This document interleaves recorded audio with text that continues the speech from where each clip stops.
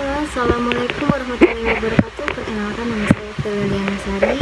Di sini saya akan mempresentasikan mata kuliah ekonomi mikro. Saya dari kelas manajemen. Saya Fakultas Ekonomi Bisnis. Dan di sini saya akan membahas tentang teori perilaku dan konsumsi konsumen. Yang pertama sini ada teori. Teori adalah sebuah landasan berpikir atau kerangka konseptual yang mendasari seseorang memahami sebuah fenomena atau realita. Terus ada perilaku adalah sebuah proses bertindak yang nyata, yang ditunjukkan dan berwujud, dapat dilihat dan dapat dipahami. Di sini juga ada konsumen. Konsumen itu adalah individu atau kelompok yang melakukan kegiatan konsumen yang melakukan kegiatan mengurangi nilai guna barang atau jasa. Teori perilaku konsumen adalah kerangka berpikir yang digunakan untuk memahami proses dan tahapan tindakan yang dilakukan individu atau kelompok guna memanfaatkan atau mengurangi nilai guna barang atau jasa. Utilitas nilai guna adalah kemampuan sesuatu barang dalam memenuhi kebutuhan manusia. Tujuan konsumen adalah memaksimalkan utilitas dengan balasan berupa pendapatan dan harga yang bersangkutan. Lanjut, dan di sini juga ada pengaruh oleh orang lain. Keinginan dan gengsi. Konsumen memilih barang bukan berdasarkan kebutuhannya, tapi berdasarkan gengsinya. Yang kedua ada promosi. Konsumen sangat cepat tertarik dengan iklan dan promosi di media cetak maupun elektronik. Jadi kalau misalkan mengikuti gengsi, konsumen itu hanya membeli apa yang dia inginkan, bukan yang dia butuhkan. Jadi dia hanya mengikuti saja karena gengsinya.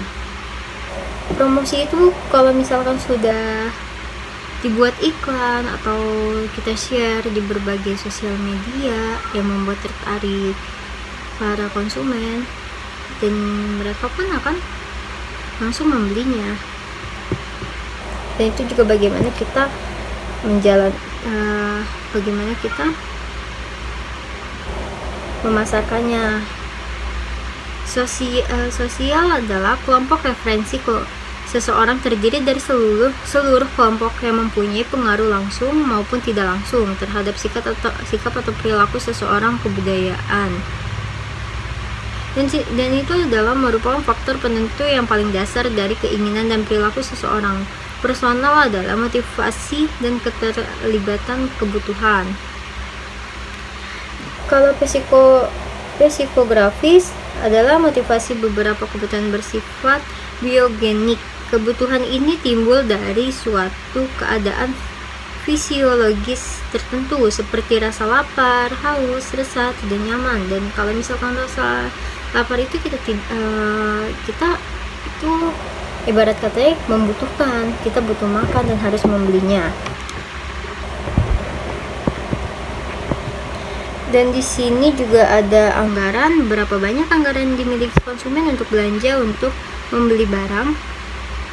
Dan pastinya konsumen itu memilih barang yang paling harga termurah tapi kualitasnya bagus.